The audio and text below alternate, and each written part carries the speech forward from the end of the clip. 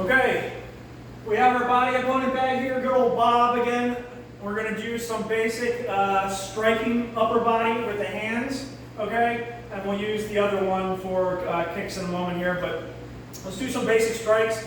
I'm going to mix in some real self-defense as well with the Taekwondo, just for a little bit of realism here since we have a realistic Bob that we can use. Okay, so the only places that you're really guaranteed that you're going to bring down an attacker of any size, and some places you can't train to make yourself stronger, is your eyeballs and your jugular. Maybe your groin. Some guys, you can't come in, nothing happens. So this is a 70-30, they say. 30% maybe nothing. But every time you hit someone in the eyes or the jugular, men have the jugular, women don't, they're gonna have to either stop to be able to breathe or check their eye and see if they can still see in order to even be able to fight. So in an emergency situation, only an emergency situation, if you're getting attacked, you're all alone, walking home at night or something, that's when you go for what you need to go for, which is the eyes and the throat. So we'll start with a couple of eye attacks. So going in to the eyes with your thumb, you go in, you grab towards the side of the face, and you tear down on the cornea. So very easy, they're grabbing you, thumb goes in and tear down. And you can add the key up to that, "Aye!" Or if it's an emergency situation, you would be saying, "No!" As loud as you can, letting everyone in the area know that you're not okay with it, alerting people to what's going on, and it also works like a key up. Okay, you also have a 2-finger eye poke. Okay, when you do this, you do not go straight on. Your fingers will bend, it doesn't feel good at all. You have to come up. You don't actually hit with the nails on this one, you're hitting with the balls of your fingers. So you're coming up, and you, "Aye!" It doesn't take much, "Aye!" And they'll find their natural indentations in where it goes in, where the eyes are. "Aye!" Well, that's enough to be some pain. Most people prefer the face rake. Okay, that's where you take your full hand, it goes in, and you tear down. When you tear down, you're tearing down on the corneas. It could cause permanent blindness, so you got to be justified in this level of attack. They have to be attacking you first. You got to be on your own. This is not like just fighting at the bar kind of thing. So, and special forces use that as well. They put peeled grapes on goggles and that sort of thing to simulate what it's like to actually get an eyeball. Because an eyeball doesn't have that much to it, like a grape or an orange or something. And down. So push in, and tear down. Okay. Discombobulating. Once their neck goes back, you can do anything with anyone. With the neck controls the body. So pushing back is disorientating, and then tearing down. You're also leaving all that DNA underneath the fingernails for the cops for later, which is good. Okay, so those are emergencies. Of course, you have the double thumb. If they've already grabbed you, they got you like this.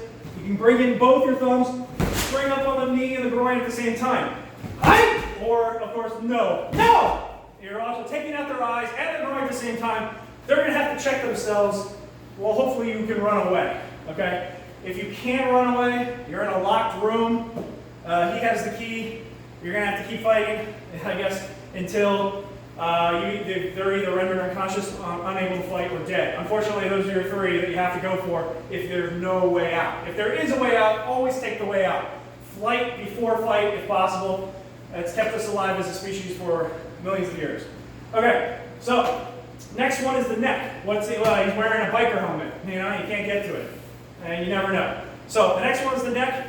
We can go with a standard V-neck. We learned this in Taekwondo. So this is Taekwondo relevant for the Taekwondo students. Aye! Go up in the neck. Okay? Aye! And strike. Aye! A quick thrust to the jugular collapses the trachea. The trachea has a consistency of a paper towel tube. It's not that thick. It's actually surprisingly fragile. You can crush it very easily. So this is an emergency type of only. Again, you can also use 2 knuckles if you wanted. Aye! Okay, same effect. You push in that Adam's apple, he can't breathe, he's going to take a knee, and that's when you bail.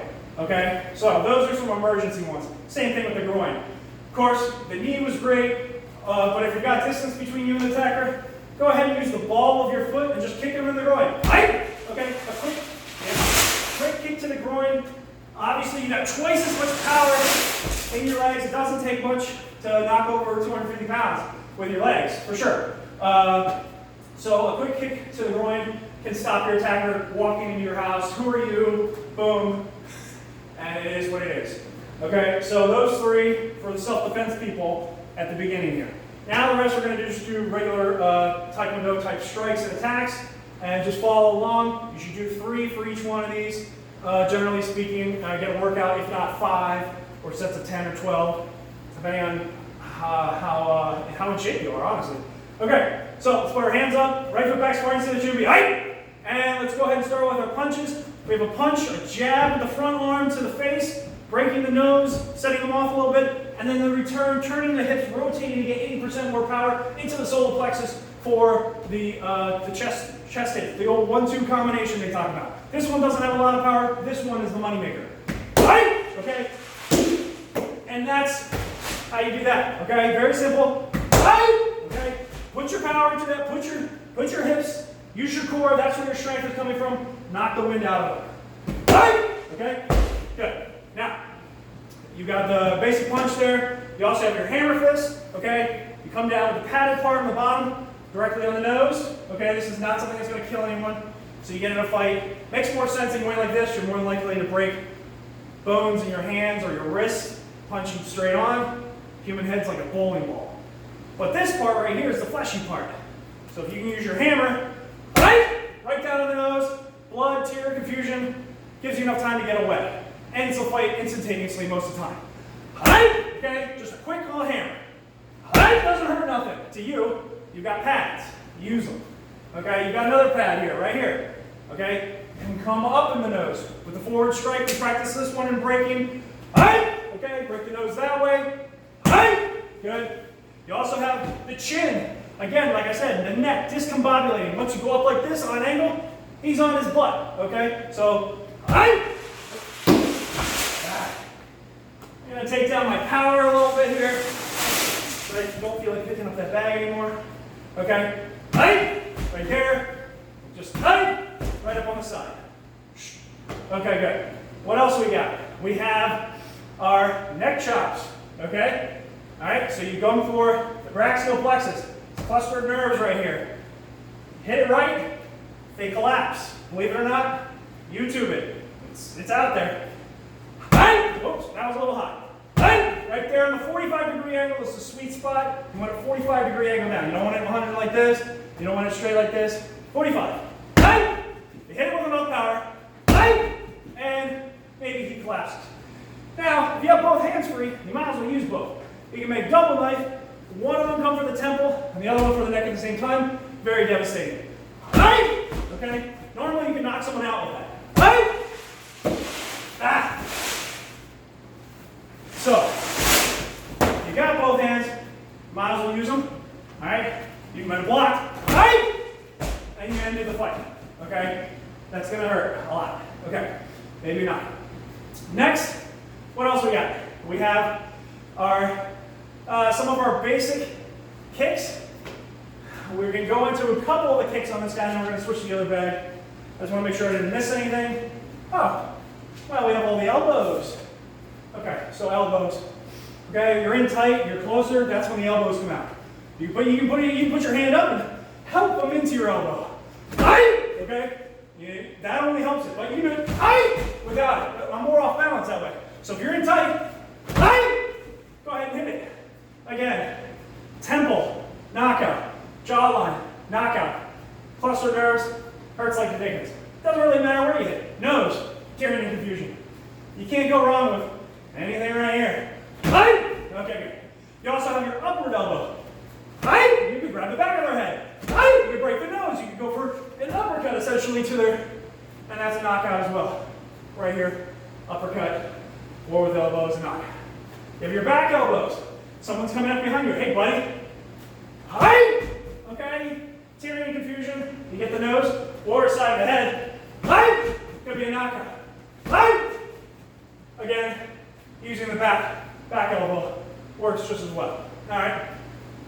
And then the forward push into the neck.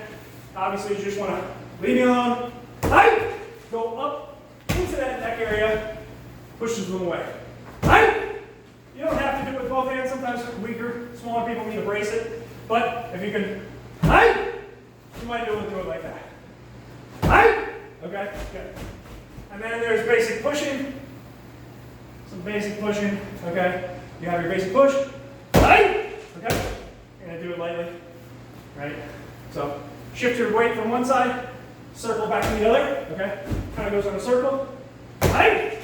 Doesn't take much actually, you know? Right? Basic push.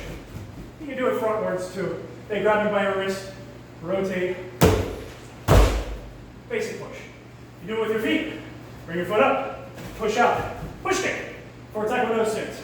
Quick little push. If I do this kick, it's gonna fall over. So just push. You're pushing for it. Unlike front snap kick where I was snapping the groin. This is more of a push, them away. All right. Those two kicks you can do on the bag or bob more or less. You got your roundhouse kicks as well. I guess we could do some of them on him. Your Aikido roundhouse kicks with the ball of your foot, okay? Right? Okay? And then you also have your Taekwondo with the top of the foot. But if you're not wearing pads or you don't have steel toe boots on, I don't recommend it. There's more bones on the top of your foot than anywhere in your body. I don't know. It doesn't make a lot of sense to me. But for point scoring, that's faster, for sure. Right? You know, you can get those out quick. All right? And you have your side kicks. Point your toes downward. Hit with the heel this time, not the ball like with the round in the Aikido. And push out, okay? So foot comes up, bend, turn side, out and deliver, okay? And then all together, right? Okay? Trying not to knock over bottom. All right, good. And then, what else we got? You can put a jump into any one of those. So you can lift one leg up, or if you're just learning, lift one leg up, and then switch to the other one. Right? Your front kick. Lift leg up. Push. One leg up. Round. All that. It's easier than they make it look. Trust me. And then you got your backside kicks. Turn and look where you're kicking first, then deliver the kick. Okay? Always look where you're kicking first. Turn, look, kick. Okay? Backside kicks are great. Cross side kicks are great. Okay? Close that gap very quickly when you're sparring. You gotta close that gap and you get in there. Much easier when you're bouncing on your feet to quickly close the gap between the opponent. So those all work. Axe kicks, for sparring purposes, you gotta hit right here or here. It can be a little difficult, but right there, you get a point that. Right, you come down there. But if you hit them in the face with your toes, they're not gonna like you very much. So I don't recommend that kick as much. Of course, in real life, that kick's great when they go down to one knee, you've already taken them out, and then you close the deal with the axe kick, and they're already down. Okay, and then crescent kick. And they do this in the movies all the time, but you're hitting with the bottom part of the foot against the ball, or the heel, I don't care, one of the pads, not with this part, you don't want to break. And you're hitting on the side. Okay, pads are there. If you're black belt, you're allowed to do head hits in the studio, whatever. You can do it at the face level. Side. It could be a knockout kick, you get enough power on it. You know, I guess. Whatever. It's easy to whip out though, so you always see it in the movies and such. Back, hook kick, same thing, turn, look where you're kicking, and deliver. When you do a back hook kick, make sure again you're doing it with the bottom of the foot, the pads. That's what they're for. That's a knockout kick. That one is very popular in Taekwondo. You see them, one guy goes up like this into the round, the other guy just turns around and delivers. And that's a knockout. Usually, they love to knock each other out with the back hook kick. Front hook kick is a little more awkward. Not as much power there. In my opinion, I'm spinning one direction with the back hook. I like it a lot more.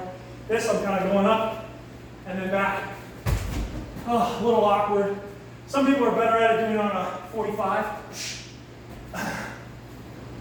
I'm not one of them. Okay.